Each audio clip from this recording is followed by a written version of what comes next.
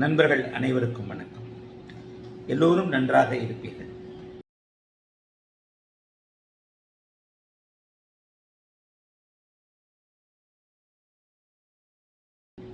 நேற்றைய வீடியோவில் நம்ம இந்த சனியின் பாவத்துவ முதன்மை அமைப்புகளில் இருள் கிரகமான சனி, இன்னொரு இருள் கிரகமான கிரகணத்தை ஏற்படுத்தக்கூடிய சனியோடு நெருங்கி, அதாவது எந்த கிரகத்தையும் கிரகணப்படுத்தக்கூடிய 9 கிரகங்களும் நமக்கு கண்டிப்பாக தேவை. 9 கிரகங்களும் சேர்ந்த கலவை தான் இந்த சூரிய மண்டலம். அதில் உள்ள ஒரு மனிதன், அண்டத்தில் உள்ளது பிண்டத்திலும் இருக்கிறது அப்படிங்கிறதுடைய அமைப்பு என்னன்னா, பிரபஞ்சத்தினுடைய ஒரு துணுக்கு தான் மனிதன். அப்ப அந்த பிரபஞ்ச இயக்கம், பிரபஞ்சத்தில் உள்ள கோள்களின் இயக்கம், பிரபஞ்சத்தில் உள்ள நட்சத்திரங்களின் இயக்கம் நம்மை கட்டுப்படுத்துகிறது அப்படிங்கிறது ஒரு விஞ்ஞானத்தையும் மெய்ஞானத்தையும் சேர்த்து வைத்து மெய்ஞான ரீதியிலாக உணரப்பட்ட ஒரு அமைப்பு அப்படின்னு சொல்லிடலாம். அந்த அமைப்பின்படி 9 கிரகங்களும் நமக்கு கண்டிப்பாக தேவை. சனியை பற்றி நான் ஒரு துன்பங்களை தருவதற்கென்றே இருக்கின்ற ஒரு கிரகம் அப்படின்னு சொல்றேன். உண்மையில் ஒரு மனிதனுக்கு துன்பங்கள் வர வேண்டும். துன்பம் என்னவென்று தெரிந்தால்தான் இன்பம் என்னவென்று தெரியும். நேர் எதிரே இருக்கக்கூடிய ஒரு நிலை என்னவென்று தெரிந்தால்தான் இங்கே இருக்கக்கூடிய அதற்கான எதிர்நிலை, எதிர்மறை நிலை உங்களுக்கு புரியும். அப்படிங்கிறதும் ஒரு வகையில் ஒரு தத்துவம் தான். ஆகவே வாழ்க்கையே இரண்டு அமைப்புகளால் ஆனது என்பதைப் போல துன்பங்களை தருவதற்கான சனி, இன்பங்களை தருவதற்கான குரு, அவைகளின் கலப்புகள், இந்த இன்ப துன்ப அமைப்புகளின் கலவைகள்ல தான் வாழ்க்கை இருக்கிறது. ஆக எந்த ஒரு கிரகத்தையும் ராகு இணைந்தால், எந்த ஒரு கிரகத்தோடும் ராகு இணைந்தால் அதனுடைய சுய இயல்பை தட்டி பறிக்கிறார் அப்படிங்கிற அமைப்புல தான் சனியின் பாவத்துவம் முதல் நிலையாக நேற்றைய வீடியோல நம்ம சொன்னோம். என்ன சொன்னோம்? அதாவது சனி ராகுவுடன் கிரகணமாகும் பொழுது தன்னுடைய மனிதனுக்கு தேவையற்ற ஒளியாகிய ஒரு அமைப்புல, ஒரு சுய ஒளி அமைப்புல இருக்கும் பொழுது, ராகுவோடு சேர்ந்து அந்த ஒளிக்கலப்பு கிரகண அமைப்பு நடக்கும் பொழுது இன்னும் கூடுதல் தீவிரமாகி மனிதனுக்கு கடுமையான கெடுபலன்களை, கொடுமையான அமைப்புகளை செய்வார் அப்படிங்கிறத நம்முடைய பாவத்துவ அமைப்புல சொன்னோம். இது என்றைக்கும் மாறாத விதி. நிச்சயமாக புரிந்து கொள்ளுங்கள். சனியும் ராகுவும் இணைந்து எந்த இடத்தில் இருந்தாலும், எப்படிப்பட்ட திசை அமைப்புகளை நடத்தினாலும் அது சரியான பலன்களை தராது. அது 8, 13, 22 அப்படிங்கிற ஒரு டிகிரி அமைப்புக்குள்ள சனியும் ராகுவும் எத்தனை டிகிரி அளவில் இணைந்திருக்கிறார்கள் என்பதை பொறுத்து பாவத்துவம், கிரக பாவத்துவம் ஆகிய இரண்டும் நடக்கும். இதனை மாற்றுவதற்கு குரு சுக்கிர வளர்பிறை சந்திர தொடர்புகள் வேணும் அப்படிங்கிறத நேற்று சுருக்கமாக சொல்லிட்டேன். இன்றைக்கு நேற்றத்திலே சொல்லியிருந்தான். அதனை அடுத்த நிலை சூரியனின் நிலை அப்படின்னு சொல்லியிருந்தேன். அப்ப ஒளியும் இருளும் எதிரெதிர் நிலையானவை, முரணானவை. அப்ப இருளாகிய இந்த சனி ஒளியாகிய சூரியனுடன் இணையும் போதோ தொடர்பு கொள்ளும் போதோ நிச்சயமாக அவர் கடுமையான எரிச்சல் போன்ற தன்னுடைய சுய இயல்பை இழக்கக்கூடிய ஒரு தன்மையில் அடைவார். அப்பொழுது அவருடைய ஆதிபத்தியங்களும் காரகத்துவங்களும் பாதிக்கப்படும் அப்படிங்கிறது ஒரு ஜோதிட விதி. சரி, நேற்றைய இப்படி சொல்ல போனா, நேற்று கிரகணம் ஆனால் என்ன ஆவார் அப்படின்னு பார்த்தோம். இன்றைக்கு அஸ்தமனம் ஆனால் என்னவாவார் அப்படிங்கிறதையும் பார்க்கலாம். சூரியனுடைய தொடர்பு அப்படின்னு நான் ஏன் சனியை சொல்றேன் அப்படின்னு சொன்னா, பார்வையாக இருக்கலாம், சேர்க்கையாக இருக்கலாம், வீடாக இருக்கலாம், வேறு ஏதேனும் ஒரு வகையில சூரியன் சனி தொடர்பு கொள்ளும் பொழுது இருவருமே கடுமையான எரிச்சல் தன்மையை அடைவார்கள் அப்படிங்கிறதான். இது எந்த ஒரு நிலையிலும் இதை நீங்க மாற்றி பார்க்க முடியாத ஒரு சூழ்நிலையாக இருக்கும். எந்த ஒரு நிலையிலுமே சனியும் சூரியனும் தொடர்பு கொள்ளும் பொழுது மிகப்பெரிய ஒரு மாற்றமான ஒரு நிலையாக இந்த நிலை இருக்கும். இப்போது திரையில ஒரு கட்டம் தெரிகிறது. இந்த கட்டத்தில் கிட்டத்தட்ட ஒரு 5 விதமான நிலைகள் கொடுக்கப்பட்டிருக்கின்றன. இந்த 5 விதமான நிலைகளை முதலில் பார்த்து விடுவோம். சனி சூரிய தொடர்பு அப்படிங்கிறதுடைய பாவத்துவத்தின் அமைப்பு. சனி சூரிய தொடர்புல சுபத்துவமே இல்லை. சனியும் சூரியனும் தொடர்பு கொள்ளக்கூடாது எந்த நிலையிலும். இருவரும் பாதிக்கப்படுவார்கள். இதுதான் இந்த வீடியோடைய நோக்கம். இதை மாற்றுவது சுபத்துவ தொடர்புகள். இதை மாற்றி அமைக்கிறது சுபத்துவ தொடர்புகள். இப்படிலாம் இல்லையே, இப்படிலாம் நான் பார்க்குற ஜாதகத்தில் அப்படி இல்லைன்னு சொன்னால் அவங்களுடைய அனுபவங்கள் அந்த இடத்துல ஏதோ ஒரு விதத்தில் குறைகிறது அப்படிங்கிறத அர்த்தம். அப்புறம் அவர் ஜாதகம் இவர் ஜாதகம்னு சொல்லிடுவீங்க. இந்த இடத்துல ஒரு சில விதிகளை காட்டியிருக்கிறேன். சூரியன் சனி அமைப்பில் சமீபத்தில் ஒரு அதிகாரத்தை இழந்த ஒருத்தருடைய ஜாதகத்தில், அதாவது எடப்பாடி ஐயாவுடைய ஜாதகத்தில் சூரியன் சனி இந்த மாதிரி எல்லாம் அமைப்பில் இருக்கு அப்படி இப்படின்னுவீங்க. அவருடைய பிறந்த நாளே தப்பு. நம்முடைய எடப்பாடி ஐயா, தமிழக முன்னாள் முதல்வர் எடப்பாடி பழனிசாமி அவருடைய உண்மையான ஜாதக பிறந்த நேர அமைப்புகளை நாம் ஏற்கனவே வெளியிட்டு இருக்கிறோம். அதில் போய் பாருங்கள். அதனால் உங்களுக்கு அறியாத ஜாதகங்களில் எப்பொழுதுமே என்னை மறுப்பவர்கள், ஜோதிட உண்மை கருத்தை மறுப்பவர்கள், உண்மையான ஜாதகம் இதுதான் என்பதை உறுதியாக தெரிந்து கொண்டதற்கு பிறகுதான் அதை மறுக்க வேண்டும். அதான் உண்மை. உண்மையான ஜாதகம் இதுதான் அப்படிங்கிறது உங்களுக்கும் தெரியணும்.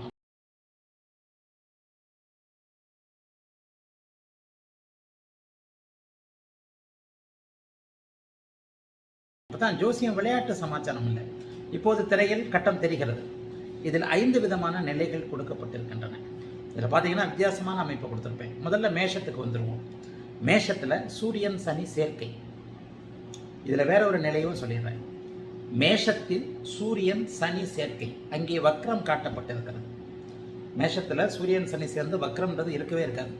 சூரியனுக்கு எதிராக வரும்போது தான் வக்ரம் நிலை. அதுக்காக தான் அந்த குறிப்பிட்ட வக்ரத்தை காட்டியிருக்கிறேன். மேஷத்தில் சூரியனும் சனியும் சேர்ந்திருக்கும் போது இங்கே வக்ரம் எனப்படுகின்ற சனியின் வக்ரம், சூரியனுக்கு வக்ரம் கிடையாது, சனிக்கு வக்ர நிலை காட்டப்பட்டிருப்பதன் அர்த்தம் என்னவென்றால், இங்கே சூரியன் நீச்சன் பார்க்கின்ற அமைப்பில், மேஷத்தில் சூரியனும் சனியும் சேர்ந்தாலும் பாவத்துவம் தான். நீச்சன் பார்க்கின்ற அமைப்பில் சூரியன் இங்கே துலாத்தில் இருந்தால், நம்முடைய நூல்கள் நீச்சன் பார்க்கின்ற அமைப்பில் இருவருமே பலம் பெறுவார்கள் அப்படின்னு சொல்லப்படுகிறது இல்லையா? அது இந்த இடத்துல பொருந்தாது. எந்த ஒரு நிலையிலும் சூரியனும் சனியும் நேருக்கு நேர் பார்த்து கொண்டோ, நேருக்கு நேர் இணைந்து ஒன்றாக இணைந்தோ, நேருக்கு நேர் பார்த்து கொண்டோ இருப்பது சூரியனையும் சனியையும் பாதிக்கின்ற ஒரு அமைப்புன்றதை வெகு தெளிவாக நீங்கள் புரிந்து கொள்ள வேண்டும். இருளும் ஒளியும் எந்த இடத்திலும் கலக்கக்கூடாது. இருளும் ஒளியும் இருவேறு எதிர்நிலைகளை கொண்ட ஜன்ம விரோதிகளாக வகைப்படுத்தப்பட்டிருக்கின்ற இந்த கிரகங்கள் எந்த இடத்திலும் தொடர்பு கொள்ளக்கூடாது. அப்படி தொடர்பு கொண்டால் என்னையா நடக்கும்? சூரியனும் சனியும் சேர்ந்தாலே, ஒருவரை பார்த்து கொண்டாலே, தகப்பன் சார்ந்த அத்தனை உறவு அமைப்புகளையும் சனி கெடுப்பார். இதில் முதல் நிலை இப்படி காட்டப்பட்டிருக்கா, சூரியனும் சனியும் இணைந்திருக்கிறார்கள். அங்கே சனி வக்கர நிலையை அடைந்திருக்கிறார். சூரியனும் சனியும் இணையும் போது சனிக்கு வக்கர நிலை ஏற்படவே ஏற்படாது. ஆனால் இங்கே வக்கர நிலையை காட்டியிருப்பதன் அர்த்தம், சூரியனுக்கு நேரெதிரே சனிக்கு, சனிக்கு நேரெதிரே நீச்ச சூரியன் இருந்தால் அங்கே வக்கரம் ஏற்படும். அப்படிப்பட்ட நிலையில கூட நீச்சன் பார்க்கின்ற ஒரு அமைப்பு நல்ல அமைப்பாக சொல்லப்பட்டாலும் கூட, இந்த நிலை சூரிய திசைக்கும் சனி திசைக்கும் ஆகாத ஒன்று அப்படிங்கிறத சுட்டி காட்டுறதுக்கு தான் இங்கே இதை காட்டியிருக்கிறேன். அடுத்ததாக சமீபத்தில் நடந்த, இப்போது மகரத்தில் தான் சனி இருக்கிறார்.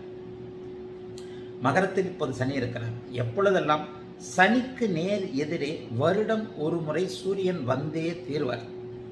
இது தவிர்க்க முடியாத ஒரு கிரக அமைப்பு. மாதம் ஒரு முறை, அதாவது வருடத்திற்கு ஒவ்வொரு கட்டமாக மாறி வருகின்ற சூரியன் எப்போதேனும் ஒரு முறை சனிக்கு நேர் எதிரே வருடத்திற்கு ஒரு முறை ஒரு மாதம் முழுக்க இருந்தே தீர்வார். சமீபத்தில் இப்ப ஆவணி மாதம், போன மாசம் ஆடி மாசமா இருந்தது இல்லையா? இந்த ஆடி மாதத்தில் பார்த்தீர்களே, ஆனால் ஆடி மாதத்தில் சூரியன் கடகத்தில் இருப்பார் இல்லையா? தற்போது மகரத்தில் இன்றைய வானில் நிலை கண்ட சமீபத்தில் நடந்த அந்த கோச்சார நிலையை உங்களுக்கு காட்டியிருக்கிறேன். ஆடி மாதம் முழுவதுமே சூரியன் அங்கே இருப்பார், இங்கே எதிரில் மகரத்தில் சனி இருப்பார். இந்த நிலையும் இருவரையும் எரிச்சல் படுத்துகின்ற நிலை.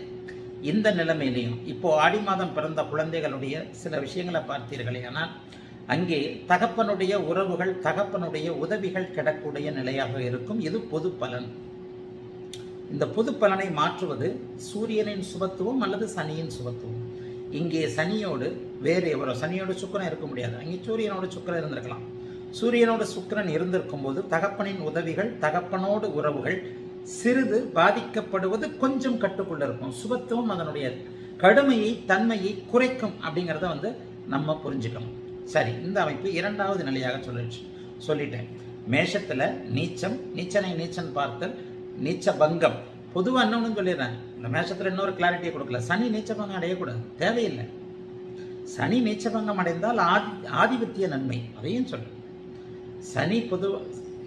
சனி நீச்சபங்கம் அடைவது காரக கெடுதல்களையும் ஆதிபத்திய நன்மைகளையும் தரும். சனி நீச்ச வக்ரம் அடைவது ஆதிபத்திய நன்மைகளையும் காரக கெடுதல்களையும், ரெண்டும் ஒண்ணுதான். சனி நீச்சபங்கம் அடைஞ்சா என்ன ஆவாரு? அந்த கிரகம் வலிமை அடைகிறது. அந்த கிரகம் வலிமை அடைகிறதனுடைய அர்த்தம் என்ன? வலிமை அடைகிறது என்றால் அது எந்த வீடுகளுக்கு அதிபதியோ, கடக சிம்ம லக்னம் 6, 7, 8 இந்த இடங்களுக்கு அதிபதி இல்லையா?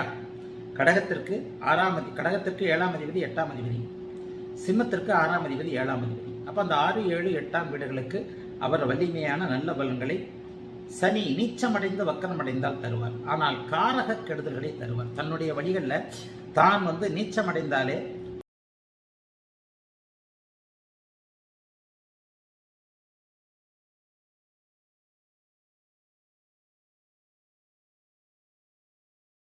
உடல் உழைப்பை தர மறுக்கின்ற இந்த கிரகமான சனி நீச்சமடைந்தால் உடலால் பிழைக்க வைக்கக்கூடிய சில விஷயங்களை தருவார். சனி எப்போது பாவத்துவம் அடைந்தாலும் உடலை நம்பி பிழைக்கக்கூடிய அமைப்பு.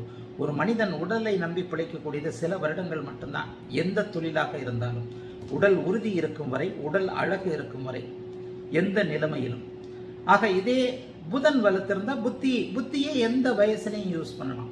ஆக சனி தருகின்ற ஒரு கொடிய பலன் உடல் உழைப்பு, உடலை வருத்தி பிழைத்த, அந்த உடலை வருத்தி பிழைக்கின்ற தன்மையை மாற்றுகின்ற நிலை சுபத்துவம். பாபத்துவம் சுபத்துவம் தன்மையை மட்டும், என்னுடைய கோட்பாட்டை மட்டும் புரிஞ்சுக்கிட்டீங்கன்னு வச்சுக்கோங்க, அப்படியே பலன்கள் துள்ளிட்டு வந்து விழும். பொது இதில் கட்டண வீடியோக்குள்ளே கொடுக்குற கமெண்ட் எல்லாம் வேற. பொது கட்டண வீடியோக்களில் கொடுக்குற கமெண்ட்டு நம்ம சர்க்கிளில் நீங்கள் கூட படிக்க முடியாது. ஒருத்தர் கொடுக்குற கமெண்ட்டை இன்னொருத்தர் படிக்க முடியாதபடி தான் அங்கே இது பண்ணப்பட்டிருக்கு. கூடிய சீக்கிரம் கட்டண வீடியோக்களில் கொடுக்குற கமெண்ட்டை எல்லோருமே படிக்கிற மாதிரி பண்ணுறதுக்கான ஒரு அதிகப்படியான இது தேவைப்படுற ஒரு டொமைன் வாங்குறதுக்கான ஒரு வகையிலே ஏற்பாடுகள் நடந்துக்கிட்டு இருக்கு. ஆயினும் பொது வீடியோக்களில் கொடுக்குற கமெண்ட் எல்லாத்தையும் நான் படிப்பேன் இல்லையா? அதில் போய் பாருங்கள், அந்த சனியின் அந்த நம்முடைய சுபத்துவ பாவத்துவ புரிதல்கள் தெரிந்ததற்கு பின்பு கமர்ஷியல் ஜோதிடர்களே என்ன மாதிரியான கமெண்ட்டை போடுறாங்கன்னு பாருங்கள். இப்போது பலன்கள் துள்ளி கொண்டு வருகின்றன.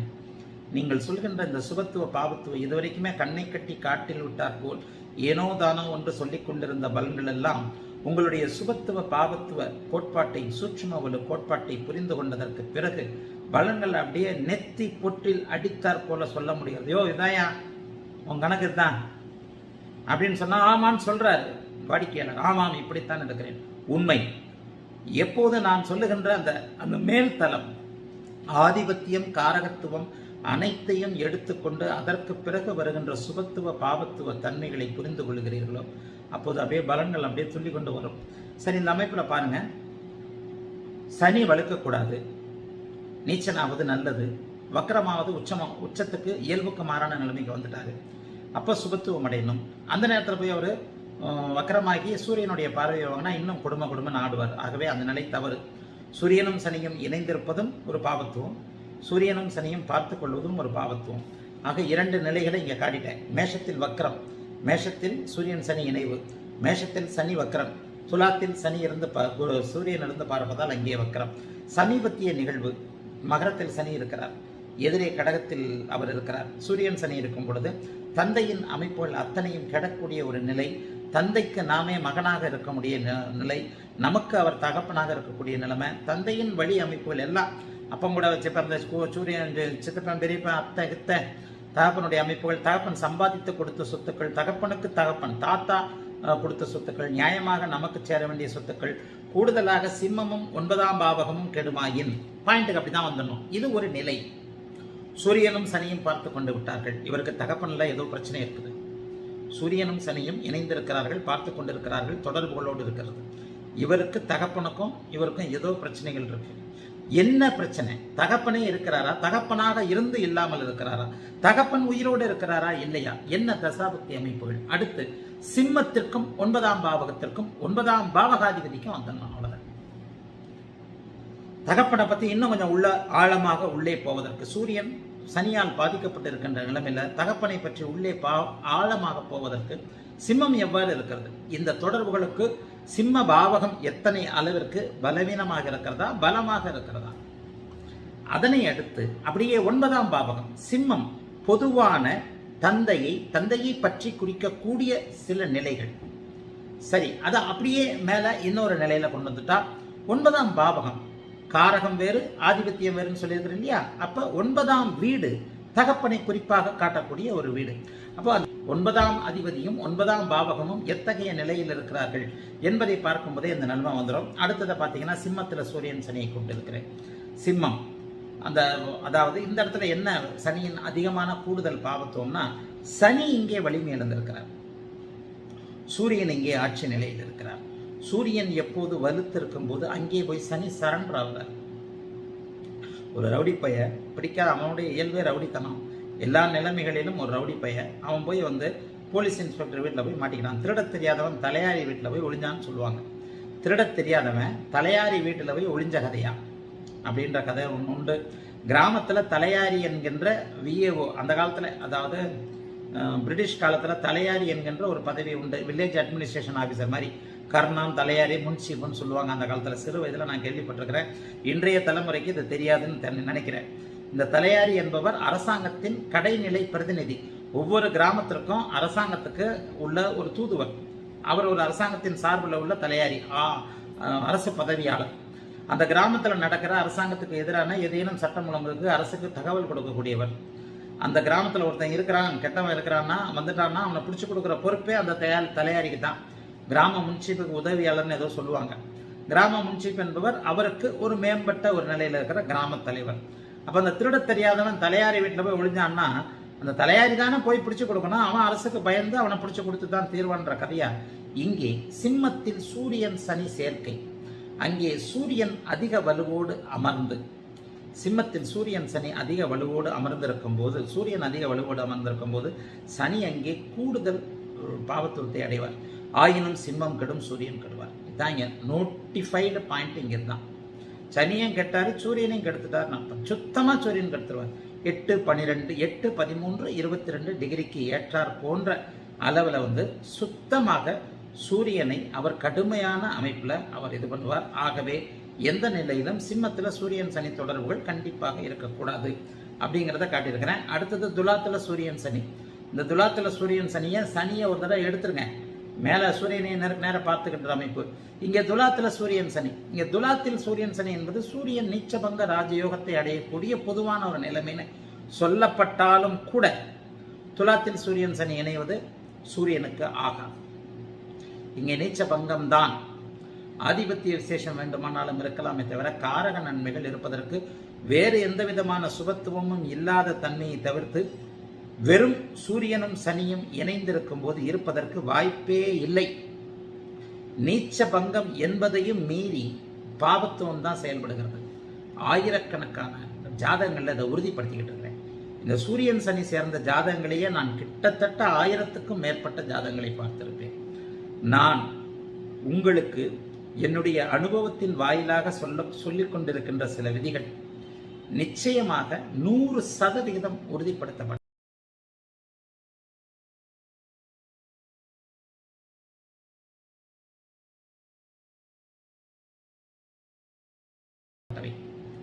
எனக்கு வேற வேலை இல்லை, வேற வேலை வெட்டி இல்லாதனால இதெல்லாம் பார்த்துக்கிட்டு இன்னைக்கு உங்களுக்கு சொல்லித்தர மாதிரி ஒரு அமைப்பில் வந்திருக்கிறேன். ஆகவே இங்கே கண்கள், கருத்துக்கள் சூரியனும் சனியும் சேர்ந்ததால் இங்கே சூரியன் அதிக வலு பெற்று விட்டார் என்பதாக இல்லாமல் இந்த இடத்தில் நீச்சபங்க ராஜயோகத்திற்கு ஒரு விதிவிலக்கு. நீச்சபங்க ராஜயோகம் என்பது என்ன? நீச்சன் உச்சனோடு சேருதல். இந்த இடத்துல அந்த நீச்சபங்க ராஜயோகம் என்பது செயல்படாமல் சூரியனை அதிக பாவத்துவமாக உச்ச சூரியன் ஆக்குவார். இந்த இடத்துல மேலே மேஷ சனிக்கு சொன்னதை போல சூரியன் எந்த வீட்டிற்கு அதிபதியோ அந்த வீட்டின் தன்மைகள், அந்த வீடு எனப்படுகின்ற ஆதிபத்திய அந்த பாவகத்துக்குரிய செயல்களான ஆதிபத்தியங்கள். சூரியன் உதாரணமாக மிதுன லக்னம், 3ஆம் இடத்திற்கு அதிபதி, தைரிய வீரிய ஸ்தானாதிபதி, இளைய சகோதரனை குறிக்கக்கூடியவர். அந்த தைரிய வீரிய இளைய சகோதரம் அனைத்தும் முதலில் கெட்டு பிறகு நல்ல விதமாக ஆகக்கூடிய தன்மை. 3ஆம் அதிபதி நீச்சனாகி நீச்ச பங்க ராஜயோக அமைப்பில் இருக்கும்போது தைரியம், வீரியம், இசை, எழுத்து, புகழ் அத்தனையும் கெட்டு அதன் பிறகு நன்றாக ஆகக்கூடிய தன்மை. நீச்சம், அதன் பிறகு நீச்ச பங்கம். ரிஷப லக்னம் 4ஆம் வீடு. வீடு, வாகனம், தாயார், தன் சுகம், கல்வி அனைத்தையும் குறிக்கக்கூடிய பாவகம். அனைத்தும் முதலில் கெட்டு அதன் பிறகு ஒரு நிலையில் தசாபக்திகளுக்கு ஏற்ப இங்கே ஆதிபத்தியங்களை தருகின்றன. இதோட நிறுத்திக்கணும். மற்றபடி சூரியனின் காரகத்துவங்களான அரசு, அரச லாபம், தந்தை, தந்தை வழி அமைப்பு, பூர்வீகம், தலைமை பண்பு அத்தனையும் சர்வமும் கெடும். சர்வமும் கெடும் இருக்க வாய்ப்பில்லை. பாபத்துவம், அதாவது அப்படி சில விஷயங்கள் இருந்தாலும் அது பாபத்துவ தன்மையாகி ஜாதகருக்கு எதிராக இமேஜை கொடுக்கக்கூடிய அமைப்பில் ஜாதகரை கெட்ட பெயர் ஆக்கக்கூடிய அமைப்புகளில் இருக்கும் சூரியன் சனி சேர்க்கை. தகப்பனம் கெட்டு போகும், அதான் காரகத்துவம் கெட்டு போகும்னு சொல்லிட்டேன். இதான் அமைப்பு. அடுத்தது பக்கத்து ராசியான விருச்சிகத்தில் சூரியனும் சனியும். இப்போ இந்த பக்கத்து ராசியான விருச்சிக சனி, சூரியன் சனி ஏன் போட்டிருக்கிறேன்னா, இங்கே துலாத்தில் சனி ஸ்தான பலம், விருச்சிகத்தில் சனிக்கு ஸ்தான பலம் இல்லை, துலாத்தில் சூரியனுக்கு ஸ்தான பலம் இல்லை, விருச்சிகத்தில் நட்பு என்கின்ற ஸ்தான பலம் சூரியனுக்கு இருக்கிறது. இதை மட்டும் புரிஞ்சுக்கிட்டீங்கன்னா போதும். அப்ப இந்த அமைப்புல தற்போது மேலே தெரிந்து கொண்டிருக்கின்ற கட்டத்தில் சூரியன் இங்கே மிகவும் அதிகமாக பாவத்துவத்தை அடைகிறார், நட்பு நிலையில் இருந்து கொண்டு அப்படிங்கிறத புரிஞ்சுக்கங்க. செவ்வாயின் வீடு, அவர் நண்பரோட வீட்டில் தான் இருக்கிறார். ஆனாலும் ஒளிக்கிரகம் இருள் நெருங்கி கொண்டிருக்கின்ற அமைப்புல இந்த ஜாதக அமைப்பிற்குப்படி சூரியன் எந்த வீட்டிற்கு அதிபதியோ, உதாரணமாக சிம்ம லக்னம் 4ஆம் இடத்துல சூரியன் சனி சேர்க்க, லக்னாதிபதி கெட்டு போனார், சுத்தமா கெட்டு போனார், திக்பலத்தை இழந்தார், நட்பு வீட்டில் இருக்கிறாரு, சூரிய தசை கடுமையா பின்னி எடுக்க போகுது. அதே நேரத்தில் அங்கேயே சுக்கிரன் சூரியனால் அஸ்தங்கப்படுத்தப்பட்டிருக்கிறார். ஓரளவிற்கு சூரியன் பாபத்துவமாக இருந்தாலும் சுபத்தன்மையால் தாக்கு பிடிக்கிறார். 8ஆம் வீட்டில் மறைந்து தன்னுடைய 9ஆம் பார்வையால் குரு வலுத்து மீனத்திலிருந்து பார்க்கிறார். இந்த சூரியன் சனி சேர்க்கை அமைப்பு அர்த்தமற்றதாக போய்விட்டது. பாவத்துவம் ஒளிந்து சூரியனும் சனியும் சுபத்துவமாகிவிட்டார்கள். அனைத்து பாவத்துவ நிலைகளுக்கும் கடைசியா சுபத்துவத்தை கொண்டு வந்து மேட்ச் பண்ணி பார்க்கும்போது ப்ரெடிக்ஷன் வெகு துல்லியமாக இருக்கும். சுக்கிரனே அங்கே ஒரே டிகிரியில் சூரியனோடு இருக்கிறார், ஒரு 8 டிகிரியில் 10 டிகிரியில் சூரியன் சனியோடு சேர்ந்திருக்கிறார். சனியால் சூரியன் பாதிக்கப்படவில்லை. இந்த கிளாஸ் சூரியனை பற்றி, சனியை பற்றி தான், சூரியனை போய்கிட்டு இருக்கு. சரி, இந்த வீடியோ சரி. இங்கே சூரியன் சனி சேர்க்கை விருச்சிகத்தில் சனியும் பாதிக்கப்பட்டிருக்கிறார், சூரியனால் தான் உண்மை. சனி அதிகமாக பாதிக்கப்பட்டிருக்கிறார். அப்ப இந்த இடத்துல சனி சுக்கிரன் 5 டிகிரிக்குள் சேர்ந்திருக்கிறார்கள், பாதிப்புகள் இல்லை. முதலில் பாதித்து பின்னர் அதை சரி. அப்ப என்னதான், நேரடியாக சேர்வதற்கும் நேரடியாக சேராமல் இருப்பதற்கும் சில வித்தியாசங்கள் இருக்கின்றன. ஐயா, பாவத்துவமாகி அதன் பிறகு சுபத்துவம் அடைந்தால் அந்த சுபத்துவ தன்மையை வைத்து தான் பலன்கள் நடக்கும்னு சொல்றீங்க. அப்ப 2 பேருமே அப்ப பாவத்துவம் ஆகி சுபத்துவமாவதன் அர்த்தம் என்ன? முதலில் கெட்டு முதலில் பாவத்துவமாகி பின்பு அது சரி செய்யப்படும். 2 டிகிரிக்குள் விருச்சிகத்தில் சுக்கிரன் சனி சேர்க்கை, சூரியனால் 8 டிகிரிக்குள்ள இருக்கிறார். அப்ப சனி என்ன பண்ணுவார்? அஸ்தாங்கமா இருப்பார். 8 டிகிரிக்குள்ள சூரியனோடு சேர்ந்து அஸ்தாங்கம். சூரியனும் 8 டிகிரிக்குள் சனியோடு சேர்ந்து பாவத்துவமா இருப்பார். பாயிண்ட் வந்துருச்சா? இங்கே 8 டிகிரிக்கு அப்பால் இருக்கின்ற சூரியனை சுக்கிரனால் சுபத்துவம் குறைந்த அளவுக்கு தான் பண்ண முடியும். 2 டிகிரிக்குள் தன்னுடைய நண்பரான சனியை அங்கே தன்னுடைய சுபத்துவ வள்ளல் தன்மையை கொடுத்து சுக்கிரன் அதிகமாக சுபத்துவப்படுத்துவார். இது எதுவுமே இல்லை. சூரியனும் சனியும் 8 டிகிரிக்குள்ள இருக்கிறாங்க. சனியும் கெட்டார், சூரியனும் கெட்டார். யாருடைய தசை வருகிறது? சூரிய தசை வருதா, சனி தசை வருதா? யாருடைய தசை வருகிறது? நீங்கள் எந்த லக்னத்தில் பிறந்திருக்கிறீர்கள்? சிம்ம லக்னம், சனி தசை சர்வநாசம். சூரிய தசை லக்னாதிபதியுடைய தசை இல்லையா? லக்னாதிபதி 6ஆம் வீட்டுக்கு அதிபதியோடு இருக்கிறார். ஆதிபத்தியத்தோடு அப்படியே வந்துடுங்க. சிம்ம லக்னம் 4ஆம் வீட்டில் சூரியன் சனி சேர்க்கை, வேறு எந்த விதமான சுப தொடர்புகளும் இல்லை. சூரியன் செவ்வாயின் வீட்டில் சனியின் இணைவோடு இருக்கிறார். 8 டிகிரிக்குள் அவர் சனியை அஸ்தங்கப்படுத்தி இருக்கிறார். நான் அடிக்கடி சொல்கிறேன்ல, சுக்கிரனையும் குருவையும் இணைச்சா, சுக்கிரனையும் குருவையும் சுகத்தை அஸ்தங்கப்படுத்தினா அவர் உயர்நிலையில் இருக்கிறாரு. சனி போன்ற பாவகிரகங்கள், ராகு சனி போன்ற கிரகங்களோட நெருங்கி இருக்கும்போது அவரே தலைமை தாங்கும் பண்பை இழந்து, தலைமை தாங்கும் தகுதியை இழந்து என்ன நடக்கும்? சிம்ம லக்னம், 4 சூரியன் சனி, 8 டிகிரிக்குள் சூரியன் சனி சேர்க்கை, வேறு எந்த விதமான சுபத்துவ அமைப்புகள் இல்லை. சுக்கிரன் இங்கே 25 டிகிரி 20 டிகிரி தள்ளி இருக்கிறார், அந்த பக்கம் 10 டிகிரி புதன் தள்ளி இருக்கிறார், அல்லது இந்த கட்டத்தில் யாருமே இல்லை, குருவும் பார்க்கல, எதுவுமே நடக்கல. என்ன நடக்கும்? சூரிய திசையில் தலைமை பண்பு அடிபடும். மனுஷனே அந்தஸ்து கௌரவம் இழப்பார், தகப்பனை இழப்பார், தகப்பன் வழி சொத்துக்களை இழப்பார். மின்சாரங்க சூரியனுடைய அத்தனை காரகத்துவங்களின் வழியாக 4ஆம் இடத்தில் அவர்களுடைய இணைவு நடக்கிறதுனால அந்த 4ஆம் இடத்து பலனையும் கூடுதலாக அங்கே அனுஷம் நட்சத்திரத்தில், கேட்டை நட்சத்திரத்தில் எந்த இடத்துல இருக்கிறாங்க அப்படின்றத பொறுத்து அந்த வீடுகளின் வழியாக லக்னாதிபதி, அதாவது நீங்கள் இந்த சிம்ம லக்னத்தில் பிறந்தவர் கடுமையான பாவத்துவத்தை அடைவார். இவ்வளவுதாங்க ப்ரெடிக்ஷன். இதை கொஞ்சம் பார்த்துக்கிட்டீங்கனாலே இப்போ அடுத்தது போயிடும். அடுத்த வீடியோவில் இதனை அடுத்து சனியின் பாவத்துவ நிலையை பார்க்கலாம். வாழ்த்துக்கள். எல்லோரும் நன்றாக இருப்பீர்கள்.